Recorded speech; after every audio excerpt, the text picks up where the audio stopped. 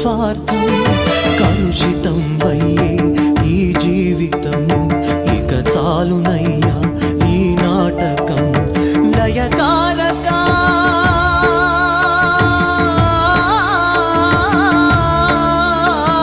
లయకారక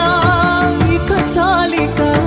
Ardhanarishvara Gauri Shankara